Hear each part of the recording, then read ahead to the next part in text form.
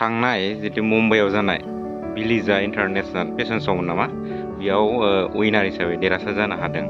दा बै देरहासार जानायाव जे माबायदि नोङो सेक्रिफाइस खालामबोदोंमोन बा माबायदि नाजाबोदोंमोन? First of all, thank you for your application. India घूमना है। यहाँ पे मैं अपना लाइफ में बहुत कोशिश किया मैंने।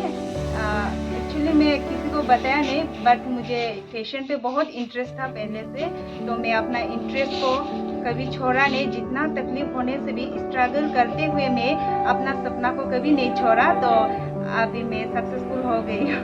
उसके लिए बहुत खुश हूँ मैं।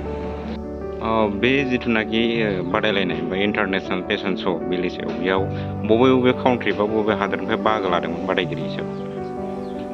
बाहागो लानायाव आफ्रिकानिफ्राय फैदोंमोन। Africa, Nepal, Sri Lanka, Zimbabwe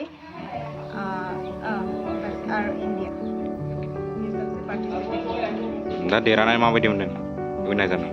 successful होके मुझे बहुत खुश हुआ, अच्छा लगा, और आप सभी के साथ इंट्रोड्यूस करने मिला, उसके लिए और भी बहुत खुश हूँ मैं। Thank you.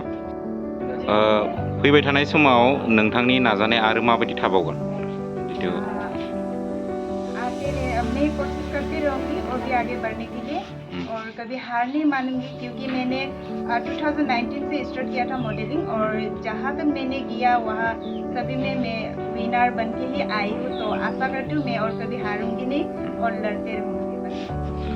लाइमोनफोरखौ सेंग्रा सिख्लाफोरखौ मा मेसेज होनो सानो नोंनिफ्राय नैबे मैं बेलायाव? अपनी छोटी छोटी सिस्टरों को सिखाना चाहती हूँ कि लाइफ में कभी ब्रेक नहीं होना है। एजुकेशन को तो लेना ही है, एजुकेशन के साथ साथ एक्स्ट्रा अपना इंटरेस्ट को भी कभी नहीं छोड़ना है, और एक्स्ट्रा वैसे इंटरेस्टेड लोग को करना ही चाहिए, फैशन में हो या कहीं भी हो, अपना सपना को कभी छोड़ना नहीं चाहिए। न'खरनिफ्राय माबायदि हेफाजाब मोन्दोंमोन, माबायदि सापर्ट? एक्चुअली आंनि न'खरनि मानसिफोरा मिन्थिया, आं माने गाव इन्ट्रेस्ट नालाय गाव हारसिं नाजादोंमोन बेयाव, ओमफ्राय खालि आं आइनोल' खोन्थायो आरो जेनेबा आं बिदियाव थांगासिनो फेशनाव बिदि होननानै, ओमफ्राय रावबो बारा हेफाजाब जेनेबा मानि बेफोर माबायाव हेफाजाब गैयामोन आरो रावबो, आं हारसिं नाजादोंमोन।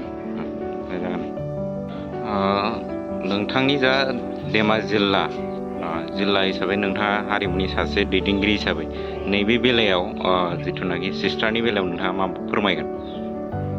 गिबियावनो जोबोद साबायखर बिथांमोना नाजारिखौ आं बिदि हालामनि जानानै आंबो बे जायगानि थागिबि हिसाबै आङो बिथांखौ कंग्रेसनि जासिनो साबायखर बावदों। मानो होनबा बिथाङा नैबे जोंनि हालामनिफ्राय बेफोरबायदि गुबुन जायगायाव थांनानै गावनि रोंगौथि दिन्थिनानै बिथाङा देरहासार जाबोनो हादों।